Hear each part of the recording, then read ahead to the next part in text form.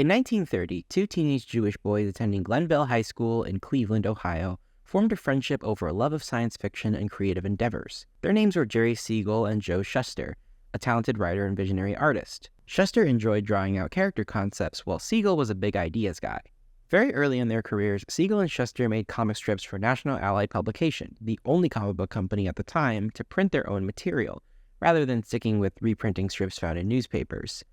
While working on these strips, they began to materialize a new character, a combination of the strength and physical feats that the great heroes in the world carried, who also live a double life as a regular man. The two of them wanted to publish with a syndicated newspaper, rather than selling the idea off to National Allied, but no one wanted to work with them. After a 6-year search, Siegel and Shuster sold their idea for $130 to National Allied, and the result is one of the most important pieces of American fiction to ever exist. Superman! Superman's first debut was a creation of a whole new genre that changed everything. It's been almost 90 years, and we're still churning out ideas and formats to depict the man of tomorrow. These range from comic books, movies, television shows, video games. Actually, there's no video games. That's kind of weird. This video will be about Superman, but I'm not going to talk about him just yet. Instead, let's talk about this dude. This is Gene Luen Yang. There is a half-decent chance you already know him. He's often seen giving presentations about creating comic books and teaching, like this. And it really wasn't until pretty recently, maybe the last decade or so, that comics have seen more widespread acceptance among American educators. He's been writing and sometimes drawing comics for a long time, but it hasn't always been with immediate success. Gene worked as a high school teacher and made comics at the same time. In 2006, he wrote and illustrated the book American-Born Chinese, a graphic novel aimed at teenagers centered around the life of Jing Wang, a Chinese-American boy attending middle school. It's an excellent book with some good humor, pleasant art, simple concept, and an inspiring premise with its focus on a first-generation immigrant boy that learns to accept his heritage as a strength. Gene has said this book isn't autobiographical, but it does pull inspiration from his childhood and adult life. It got him a ton of acclaim, earning him his first Eisner Award. In 2015, his agent got a call to work on the Superman ongoing at DC Comics, which Gene happily said yes to. The first comic Gene ever read was this issue of DC Comics Presents in 1984, titled Superman and the Atomic Knights, so it's safe to say that Superman is well known to him. Around this time, DC was making some changes. 4 years prior, DC had infamously rebooted their entire universe from scratch, inventing a new continuity titled Prime Earth, but mainly called the New 52. While there were some good books in this lineup, it was mostly an editorial and writing disaster that has lasting consequences to this day. Even with a clean slate, people were confused on what fit into continuity and why such a drastic change was even made. Flash forward to 2016, and DC launches its new line of books, titled Rebirth. Just to clarify, this was not a full-on reboot, just a reorganization of titles with new writers and artists. It was also backed by this crossover with Watchmen, but this took forever to make, and it fucked with all the other stories that Rebirth set up, so no one really cared by the time it came out. When Rebirth was being worked on, the DC office called Gene about an idea they had. Clark Kent was going to be out of commission at the beginning of Rebirth, and they wanted a new Superman that was Chinese. Gene thought the idea was terrible and told them no. My immediate reaction was no. I thought that was a terrible idea. I did not want to have anything to do with it. Some time passes, DC calls him again, and asks Gene to come to their office. Except this time it isn't DC asking, it's legendary comic artist Jim Lee. That was my first extended conversation with Jim Lee. I was in awe the whole time because I have a giant stack of Jim Lee comics from when I was in high school. And he was like, Superman in China is actually my idea. And I wanted an Asian member of the Superman family. So after he said that, I was like, all right, it's Jim Lee's idea. I'm gonna have to do this. This time, Gene says yes. He gets to work on putting together a new character, fusing Eastern naming conventions into a prime specimen of Chinese excellence. This young man's name is Kenji Kama.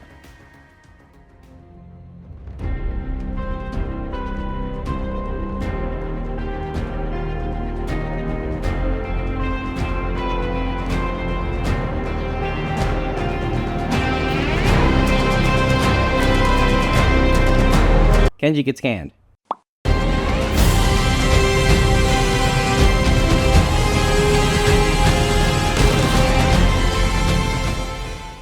Well, almost.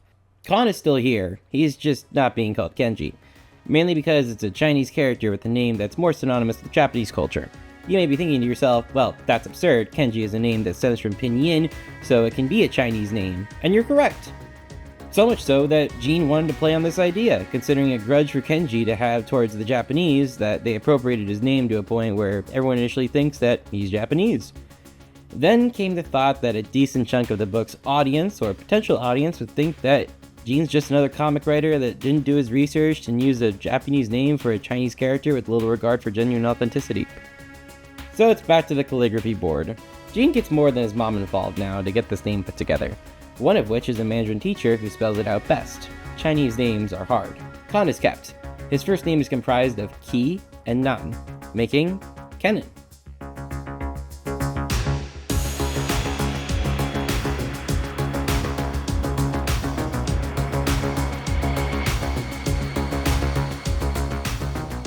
It's now that we have a name that encapsulates excellence, enlightenment, self-determination, and a greatness for a new era of heroes.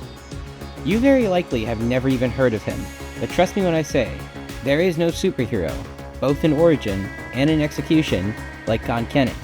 He's a tomorrow for the man of tomorrow, or to simply put it, the new Superman.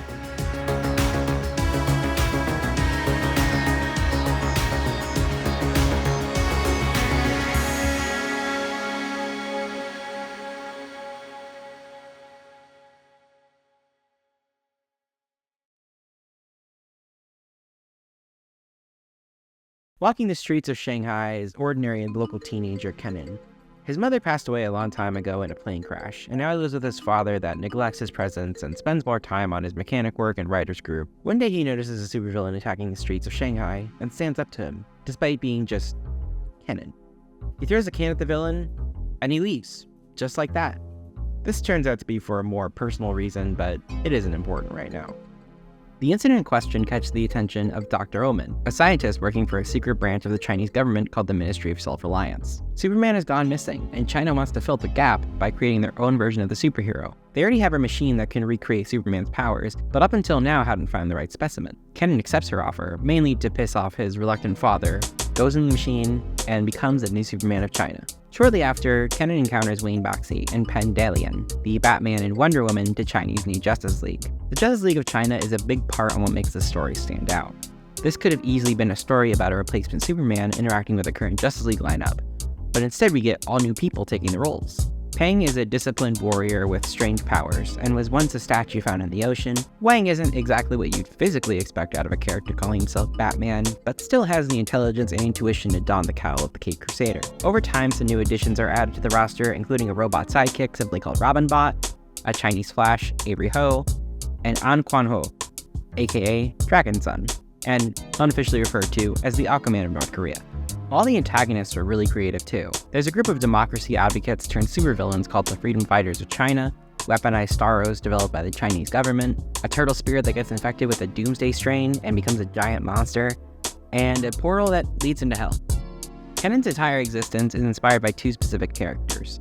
One is Superman from his Action Comics #1 debut, and the other is the Monkey King, a character from 16th century Chinese mythology.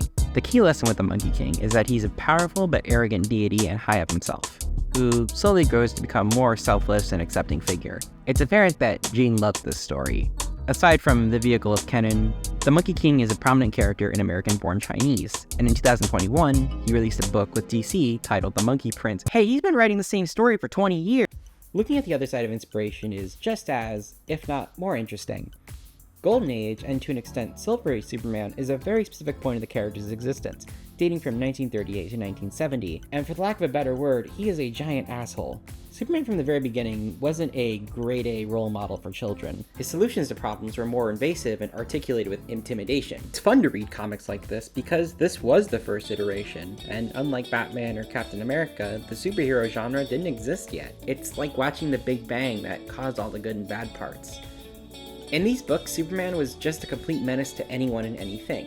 He'd hoist people over his shoulder and go on a jumping spree to scare them. This was before the idea of Superman flying was invented. Or trap the owner in a mine in his tunnels because he's forcing his employees to work in dangerous conditions and avoiding the responsibility of caring for them. Or my favorite example yet, finds out that someone died in a car crash and then declares war on bad driving.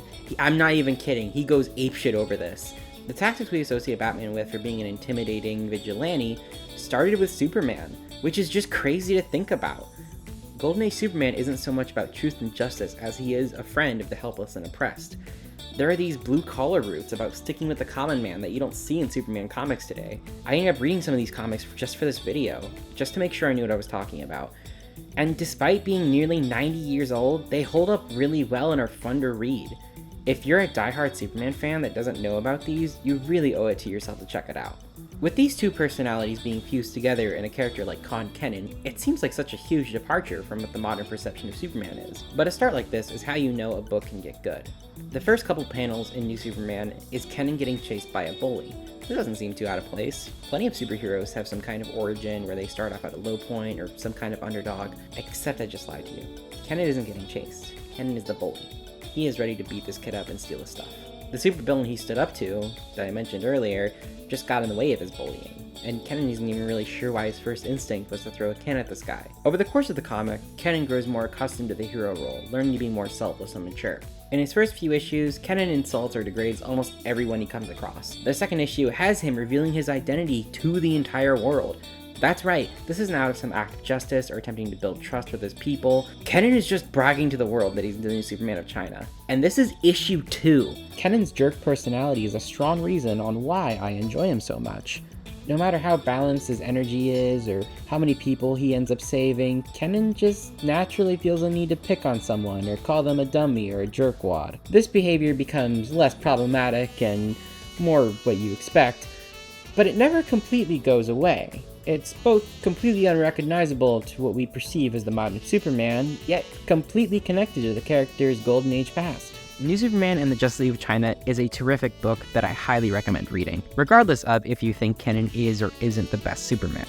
Gene Luen Yang really likes to write about Chinese culture, as evidenced by his constant use of the Monkey King. There's also the origin of Wonder Woman, about her time as an ancient snake that was cursed, which is a riff on another tale, Legend of the White Snake. The entire book is enveloped in East Asian mythologies and practices common in mainland China. When Kenan becomes Superman, he gets his powers, but not all at once. The machine that created the new Superman of China didn't just throw Kryptonian powers onto Kenan and call it a day. Kenan's power is on a specific path for him and him alone. Like becoming a monk or a rabbi, there's certain levels of balance within your body spirit, and in Kenan's case, the more he balances his chi energy, moving up the spiritual ladder, he gains the more trademark abilities you'd associate with Superman, like heat vision, super hearing, and so on. When I first read this, I couldn't believe what I was reading. There was just so much love and thought in it all. Khan Kenan was both a new addition to the most recognizable superhero of all time, and yet completely behaved on his own rules and laws of nature. You might see him as just another Superman, but he's so much more than that. Even language is a huge part here. Even if New Superman is a comic book written in English, the characters in the book are speaking Chinese 99% of the time. Thus, Kenan has to speak English because he's interacting with someone like Lex Luthor or putting on a show in America, and he's not very good at it. It's honestly one of my favorite parts of the book. There's something very human about a boy with Kryptonian superpowers that can't get past a language barrier. It also pays off towards the end of the book where Clark Kent and Lex Luthor are fighting this big scary deity. None of their text is translated in this usual way, so the entire sequence is supposed to be in Mandarin, which is just incredible to think about. Lex Luthor and Clark Kent have existed for 80 years and spoken English in that entire time frame. And now here they are shouting in Chinese for a good chunk of a comic book. There's also a very interesting and slightly more serious use of comic books as a medium in this series. At one point, Kenan is thrown into a dream world that's supposed to resemble pulp comics, fighting off a horde of what he described as goblins. Not long after, All Yang, the book's newest antagonist, reveals to Kenan that he has been fighting the racist caricatures of Asian immigrants in the United States. This leads to All Yang's desire for Kenan to become Emperor of China so he can defeat the Western powers of the world that have been subjugating his people for centuries. What Kenan is fighting here isn't just a dated depiction of Asians. This fight goes all the way back to Detective Comics #1 in 1937. The beginning of DC Comics was Detective Comics #1, which came out in 1937. I don't know if you've ever seen the cover of this. Have you seen this? Never. No. What's it look like? So the cover of DC Comics #1 has an image of a character named Qing Lung, who is what we would recognize today as a Yellow Peril villain. He's a Chinese super genius bent on taking over the Western world. He was designed to play on the fears that America had of the Chinese at the time. And he essentially is an image that denigrates and dehumanizes an entire people group. Gene Luen Yang is no stranger to using portrayals of Asians that are deemed offensive or dated. In American-born Chinese, one of 3 plots is about Chen Qi. a depiction of what Gene describes as every negative stereotype bundled together in a sitcom. He used a lot of older examples like early 20th century political cartoons, Detective Comics #1, Long Duck Dawn, and 16 Candles, and the reception of William Hun's audition on American Idol. Characters like Ching Lun were designed to lean into the prejudices Americans had towards Asians, to depict a new flow of immigrants from the East as scheming parasites that plot in secret. Even with Superman, the hero that we associate as being a definitive immigrant story in one way or another, wasn't safe from depictions like this. Stop where you are. Keep playing immediately, or girl will be released. All Yang takes his appearance as a reminder of the oppressors that have tried to bury their heinous acts, whether portraying human beings as unearthly abominations or the genocide of ethnic groups for the gain of materialistic possessions. A lot of superhero content today, whether comic books or movies, likes to take on current events or divisive political topics. I'm not here to start a debate on whether or not something is woke, because that word has just lost all meaning by this point. What I will say is that when superhero comic books or movies weigh in on these topics nowadays, the result is often unsatisfactory. You've got to do better, Senator. You've got to step up. The issue is addressed, the hero says it's bad, and that's about all that happens. New Superman's confrontation on these caricatures and centuries of Western oppression works because for once it's not a hot take designed to garner attention or make the book seem trendy or to make some kind of statement by an author that's not exactly saying much. It's a quiet problem that's been haunting DC Comics since day one. If you've been following Yang as a novelist or seen his talks, you'll know that this is an issue he discusses rather frequently. So you could say this is a rehashing of ideas like his beloved Monkey King, but really I think he just wants people to remember where this problem started so they don't happen again. Superman and the Justice League of China ended in 2018, but it continues to be one of my favorite comic books ever. It's a story with a lot of creativity, strong messaging, and great characters. The current fate of these characters is a little sad, but given DC Comics' history of utilizing new characters and forgetting about them rather quickly, it could be much worse. Batman and Flash would end up in books like Justice League Incarnate and the new installment of Batman Incorporated, but the presence of Kenan became oddly quiet. I eagerly waited for his return, and one day, it happened.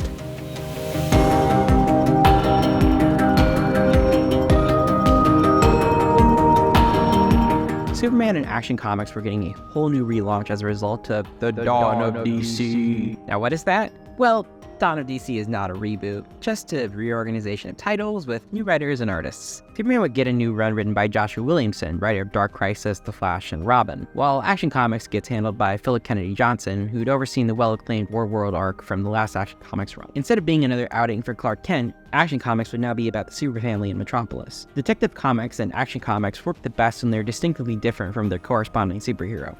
One of the more well-known examples of this was when Detective Comics was a Batwoman comic written by Greg Rucka. The superfamily consists of Clark Kent, Kara Zor-El, John Kent, Connor Kent, Natasha Irons, these twins from the War World arc, and of course, Ken and Con. This idea doesn't sound too bad. The Bat family might get a little crowded from time to time, but some really wonderful stories have come out of this concept. Applying this logic to the Superman supporting cast could be really fun. Hang on a second, why is Kenan here? This isn't me trying to say Kenan isn't worthy of Superman's time or anything like that. There's plenty of issues in the Superman of China where he interacts with Clark Kent. But exactly how is he supposed to stand out from all the others here? Think about the Bat family for a second. Yeah, I know, it's not fun. But all the characters in a team like that are all good at something different. While Batman's good at fighting and solving crimes, a character like Batgirl has a stronger development with tech angles or library studies. Or Nightwing is a better people person, so he's determined to be not as dark or brooding as his mentor. There is also a very clear fighting style between each character, like Tim Drake using a staff or Jason Todd using firearms. The use of each character can make a story drastically different. Kenan's upbringings are so strung together in this unique mythology that bringing him out of it and into an American team just sucks all the fun out. Except for Natasha and the twins, all the people in the super family have the exact same set of powers and abilities. Kenan is unique because of this Chinese background, because it's so uniquely tied to mythology, because he's got this really fun supporting cast in his book, none of which are prominent enough to be in Action Comics. As a result of this, Kenan's role in the family is so derivative and dull that he might as well not be there. He's been reduced to an echo. His role is no different than a foreign exchange student living in a witty American household. Kenan's lack of an English dialogue is no longer used in a smart manner, but is now just a way of saying one-liners from pieces of American pop culture as this shallow piece of humor that doesn't work. I might come off extreme for saying this, but Kenan is now the token Asian in a family that doesn't know him, and that's sad.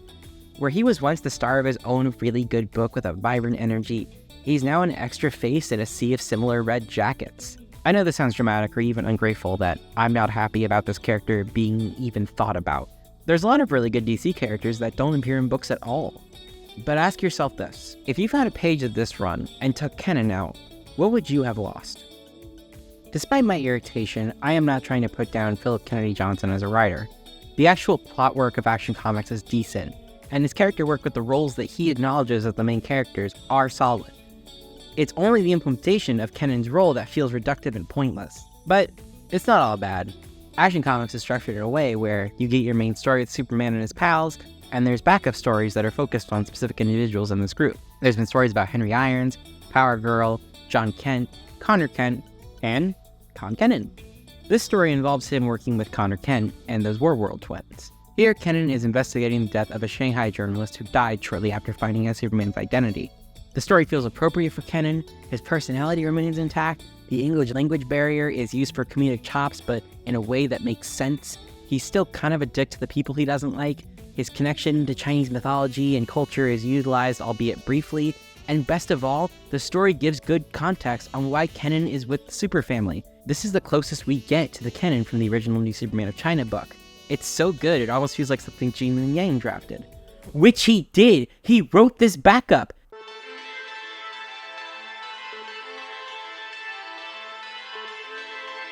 Kennen Kahn's placement in the Super Family is so distorted and forced in, it needed the help of its creator to understand why he would be there in the first place. And the reasoning is understandable. It also manages to be completely insane, but it is understandable.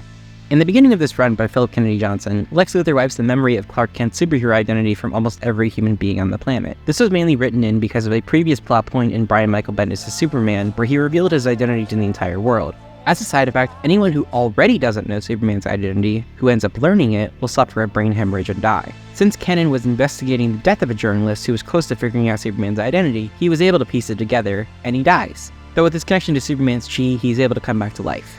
Kennen's flatline causes Batman to race over to rescue his friend, and in response fights Connor and the Super Twins. Kennen wants to intervene and explain everything, but is told by Robin Bot that informing Batman of any connections to the Kents, no matter how subtle, will result in his death. Kennen confronts Batman one last time and tells him to stand down, knowing the life of his closest friend is on the line. Kennen tells Wang that he is standing with the Super Family and interfering means he'll have to go through Kennen. Wang leaves the scene, Kennen is inducted into the Super Family with a new jacket, but now his connection to his previous family has now been severed. Think about all the other members of the Super Family, how they all know each other and how they might share the same household. The Kents all have a biological connection, whether organic or cloned. Kara is Kal-El's cousin, the Irons are close friends, the Super Twins were saved by Superman on World and adopted later, and then there's Kennen, a foreigner that stuck around because he had to make a life or death decision to save his friend. Long before I even thought about making this video, I tried to read Action Comics just because Kennen was on the team, and as soon as I read issue 1, I felt unsatisfied. Still, it was the first issue. Just because a TV pilot sucks doesn't mean the rest of the show does. Another month passes, I give it another go with the second issue, and it still isn't working for me. Most people I talked to that were reading this comic seemed happy with it, so I felt maybe I was just misremembering some details, and the version of Kennen that I was loving and missing was just a figment of my imagination. I flipped open those new Superman comics to find that the Con Kennen that I loved very much does exist, and that it ends in a beautiful farewell issue where everyone's at their finest hour. If anything, this abrupt decision made me long for pre-Action Comics Kennen even more.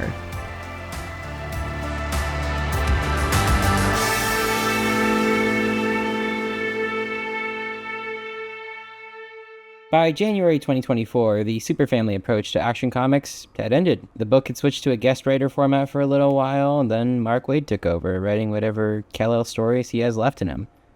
The year is now 2025. There's a new Superman movie coming out, lots of love is going around for the Man of Steel, comics are getting ready to pump out as many variant covers as possible, and even Dan Slott's writing. Ken is enjoying a well-earned vacation by fading to the background while the other guys do all the work. Where we go from here is hard to say. The Jackets of the Super Family are still here. Kennen has been in supporting cast mode for about 2 years now. As for the rest of the gang, they're in the same spot as him, maybe even more into obscurity. After the Action Comics debacle, I'm not even sure if I want a new Superman book. Obviously, if Gene and Victor came back together to throw another 12 issues of Kennen punching bad guys, I'd be there day one, but this book nearly started 10 years ago. It's best not to get your hopes up. At least now we can reflect on this run, enjoy how a once immediately rejected idea transformed into a powerful comic that celebrates Chinese culture and recontextualizes an ugly past of a dominant publisher. The last page of New Superman of China, drawn by Brent Peebles, Matt Santorelli, Scott Hanna, with coloring by Hi-Fi, is modeled after a cover for the New 52 reboot of Justice League that Jim Lee and Scott Williams put together. It demonstrates what this team is really about. A group that appears to be Chinese ripoffs of popular heroes, but if you know their stories, their triumphs, their downfalls, their daily struggles to live up to the extraordinary standard brought before them, you'll see them as so much more. This has been a thesis of Gene's throughout his career, to show that a race of people isn't a stereotype, a number, a checkbox. They're souls with flaws and goals, eager to show to the world that they're capable of anything.